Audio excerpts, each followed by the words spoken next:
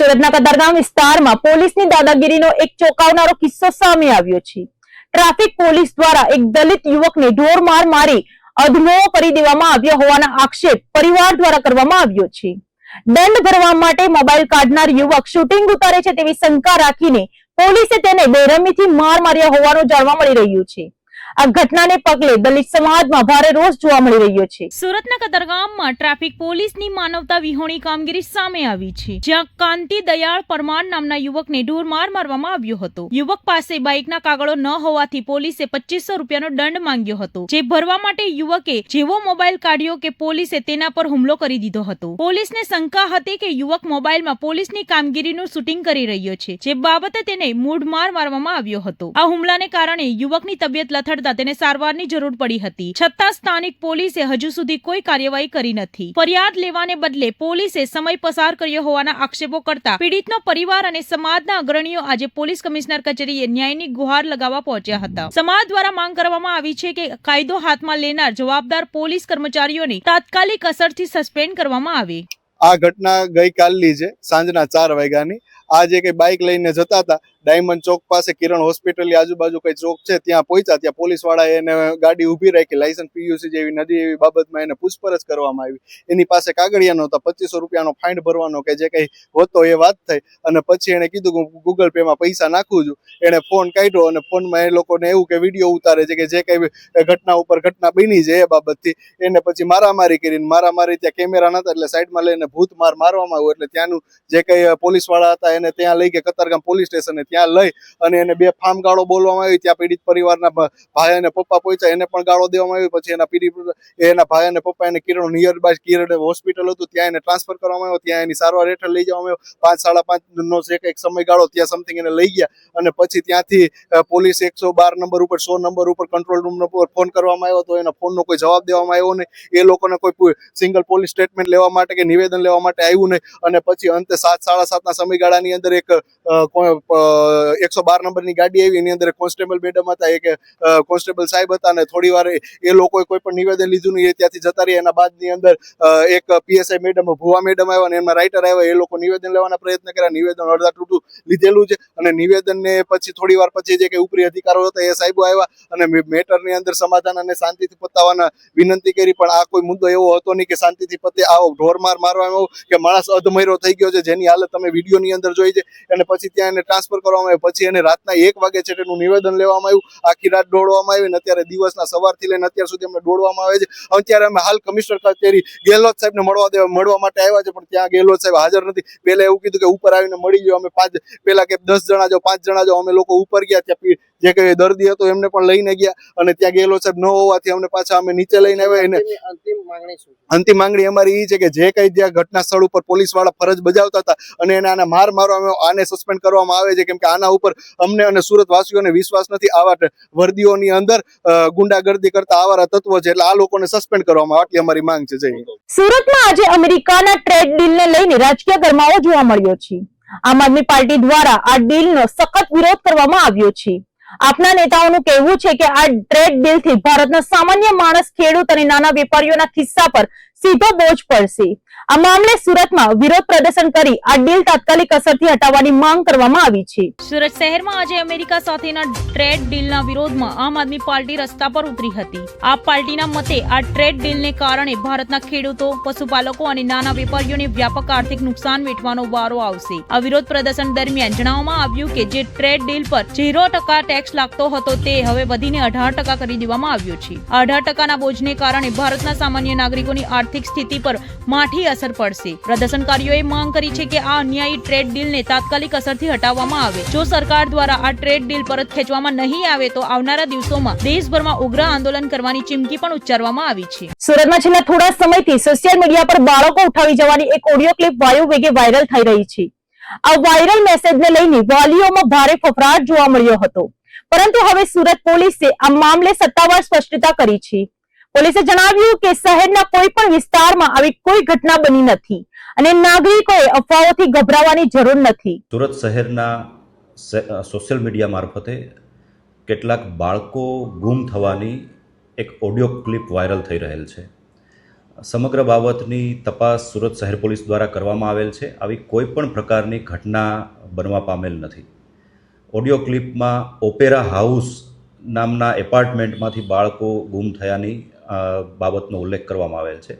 સુરત શહેરના અલગ અલગ વિસ્તારોમાં આવેલ તમામ ઓપેરા હાઉસમાં આ બાબતની ખરાઈ કરવામાં આવેલ છે. કોઈ પણ ઓપેરા હાઉસ મોટા વરાછા, ખટોદરા, વરાછા વિસ્તારમાં આવેલા તમામ ઓપેરા હાઉસ તથા અન્ય તમામ બિલ્ડિંગોમાં કે એપાર્ટમેન્ટમાં આવી કોઈ પણ પ્રકારની ઘટના સામે આવેલ નથી.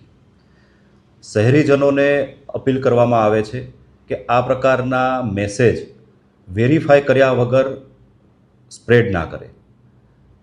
મેસેજ ફેલાવનાર વિરુદ્ધમાં, ખોટા મેસેજ ફેલાવનાર વિરુદ્ધમાં કડક કાયદેસર કાર્યવાહી પણ કરવામાં આવશે. તેમજ આ પ્રકારની કોઈ પણ ઘટના ન બને તેના માટે શહેર પોલીસ સતર્ક છે અને સુરત શહેરના નાગરિકોની સુરક્ષા માટે સુરત શહેર કટિબદ્ધ છે. આ પ્રકારની કોઈ પણ ઘટના ધ્યાન પર આવે અથવા તો કોઈ પણ પ્રકારના ખોટા મેસેજ આપના સુધી પહોંચે, કૃપા કરી સ્થાનિક પોલીસ મારફતે તેની વેરિફિકેશન કરવું અને ત્યારબાદ ખરાઈ કરવી. કોઈ પણ સંજોગોમાં અફવા ફેલાવતા મેસેજ વાયરલ ન કરવા, તે તમામ શહેરીજનોને અપીલ કરીએ છીએ. સુરતના લીંબાયત વિસ્તારમાં 1.5 મહિના પહેલા એક મહિલા પર થયેલા હિંસક હુમલાના કેસમાં પોલીસે હવે એક્શન મોડમાં આવી છે. ઝડપાયેલા રીઢા ગુનેગાર રોહિત ઉર્ફ 4 લાખને લઈને લીંબાયત પોલીસે આજે મીઠી ખાડી વિસ્તારમાં પહોંચી હતી, જ્યાં પોલીસે સમગ્ર ઘટનાનું રિકન્સ્ટ્રક્શન કરાવ્યું હતું. ગુનાહિત માણસ ધરાવતા આરોપીને કઈ રીતે મહિલા પર હુમલો કર્યો અને કઈ રીતે આંગળી કાપી નાખી હતી તે તમામ વિગતો પોલીસે સ્થળ પર ચકાસી હતી. સુરત શહેરના લીંબાયત પોલીસ સ્ટેશનના સર્વેલન્સ સ્ટાફ દ્વારા નાસ્તા કરતા ગુનેગારોને પકડવા માટે ખાસ ડ્રાઈવ હાથ ધરવામાં આવી હતી. આ દરમિયાન લીંબાયત પોલીસે બાતમીના આધારે 24 વર્ષીય આરોપી રોહિત ઉર્ફ 4 લાખ દિલીપભાઈ સોનવાણીની ધરપકડ કરી છે. પોલીસ તપાસમાં ખુલાસો થયો છે કે આશરે 1.5 મહિના પહેલા આરોપીએ તેના મિત્રો સાથે મળીને લીંબાયત મીઠી ખાડી વિસ્તારમાં એક ઘરનો દરવાજો ખખડાવ્યો હતો. દરવાજો ખોલનાર મહિલા સાથે બોલાચાલી કરી આરોપીએ ચપ્પુ જેવા તીક્ષ્ણ હથિયાર વડે હુમલો કર્યો હતો, જેમાં મહિલાની આંગળી કપાઈ ગઈ હતી. આ હુમલા દરમિયાન આરોપીએ મહિલાના બાળકને પણ જાનથી મારી નાખવાની ધમકી આપી હતી. પકડાયેલ આરોપી રોહિત ઉર્ફ 4 લાખ એક રીઢો ગુનેગાર છે. તેની વિરુદ્ધ લીંબાયત, ડિંડોલી, ખટોદરા અને સચિન સહિતના પોલીસ સ્ટેશનમાં હત્યાની કોશિશ, લૂંટ અને મારામારી જેવા 17 થી વધુ ગુનાઓ નોંધાયેલા છે. હાલ લીંબાયત પોલીસે આરોપીની અટકાયત કરી તેના વિરુદ્ધ કાયદેસરની કાર્યવાહી હાથ ધરી છે. સુરત શહેર આર્થિક ગુના નિવારણ શાખા એટલે કે ઇકોસેલે કરોડો રૂપિયાની છેતરપિંડીના મામલે મોટી સફળતા મેળવી છે. સિટી લાઇટ વિસ્તારમાં રહેતા અને વ્યવસાય સાથે સંકળાયેલા ગોયલ પરિવારના 4 સભ્યોની 4 કરોડ 90 લાખથી વધુની ઠગાઈના આરોપમાં ધરપકડ કરવામાં આવી છે. સ્ક્રેપના વેપારી પાસેથી કરોડો રૂપિયાનો એડવાન્સ લીધા બાદ માલની ડિલિવરી ન આપી આ પરિવારે છેતરપિંડી આચરી હોવાનું સામે આવ્યું છે. સુરતના સિટી લાઇટ વિસ્તારમાં રહેતા ગોયલ પરિવાર પર 4 કરોડ 90 લાખ રૂપિયાથી વધુની છેતરપિંડીનો ગંભીર આરોપ લાગ્યો છે. એસડી ફેશનના માલિક વિનીત નવનીત સરાફના આ ઠગાઈનો ભોગ બન્યા છે, જેમની સાથે સ્ક્રેપની ડિલિવરીના નામે આ માતબર રકમ પડાવી લેવામાં આવી હતી. ભારતી ફેશનના માલિક અને વહીવટકર્તાઓ દ્વારા કરોડો રૂપિયા એડવાન્સમાં લીધા બાદ સ્ક્રેપ આપવાનો સાફ ઇનકાર કરી દેવામાં આવ્યો હતો. આ મામલે ઇકોસેલે કાર્યવાહી કરી ગોવિંદ ગોપાલ ગોયલ, સત્યનારાયણ ગિરિધરલાલ ગોયલ તેમજ રંજનાબેન અને રીમાબેન ગોયલ ધરપકડ કરી છે. પોલીસ તપાસમાં બહાર આવ્યું છે કે આરોપી સત્યનારાયણ અને ગોવિંદ ગોયલ વિરુદ્ધ અગાઉ કચ્છના ગાંધીધામમાં પણ છેતરપિંડીનો ગુનો નોંધાયેલો છે. હાલમાં ઇકોસેલ દ્વારા આ ટોળકીને અન્ય કોઈ વેપારીઓ સાથે ઠગાઈ કરી છે કે કેમ તે દિશામાં વધુ તપાસ હાથ ધરવામાં આવશે. સુરત શહેર police economic offences wing CP Gehlot sir અને joint commissioner police crime branch Raghavendra વત્સના માર્ગદર્શન હેઠળ કામગીરી કરી રહી છે અને અલગ અલગ ડાયમંડ રિલેટેડ બિઝનેસ હોય કે ટેક્સટાઇલ રિલેટેડ હોય કે કોઈ પણ પ્રકારનો બિઝનેસ હોય કે કોઈ પ્રોપર્ટી કે લેન્ડ રિલેટેડ મેટર જે ઇકોનોમિક ઓફેન્સીસ વિંગને તપાસ સોંપવામાં આવે છે એની તપાસ અમે કરતા હોઈએ છીએ.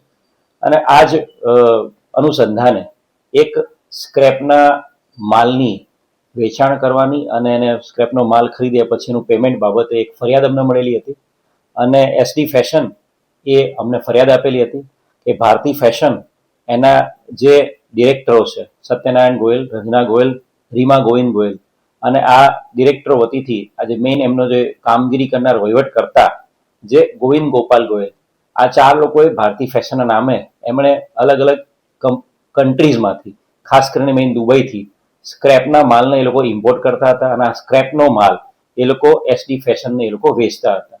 શરૂઆતમાં જુલાઈ 2025થી એ લોકોએ સ્ક્રેપનો માલ એ લોકો ઇમ્પોર્ટ કરીને લાવતા હતા દુબઈથી, અને ત્યારબાદ એસડી ફેશન એ લોકો વેચતા હતા માલ, અને એસડી ફેશન આગળ એ બીજા લોકોને માલ વેચી મારતા હતા.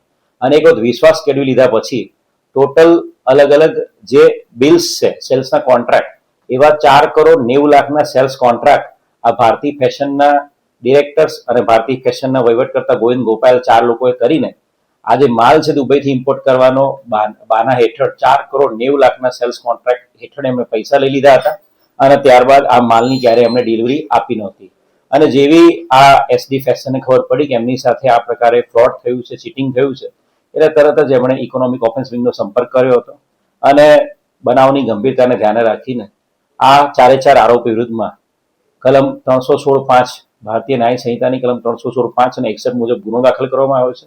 અને ટેકનિકલ વર્કઆઉટ અને હ્યુમન ઇન્ટેલિજન્સ વર્કઆઉટના આધારે 4 આરોપીની ધરપકડ કરવામાં આવી છે. આ 4 જે આરોપી છે, સત્યનારાયણ ગોયલ, રીમા ગોયલ, રંજના ગોયલ અને મુખ્ય ગોવિંદ ગોયલ, આ 4ની ધરપકડ કરીને આજે એમને સમય મર્યાદામાં કોર્ટમાં પ્રોડ્યુસ કરવામાં આવશે.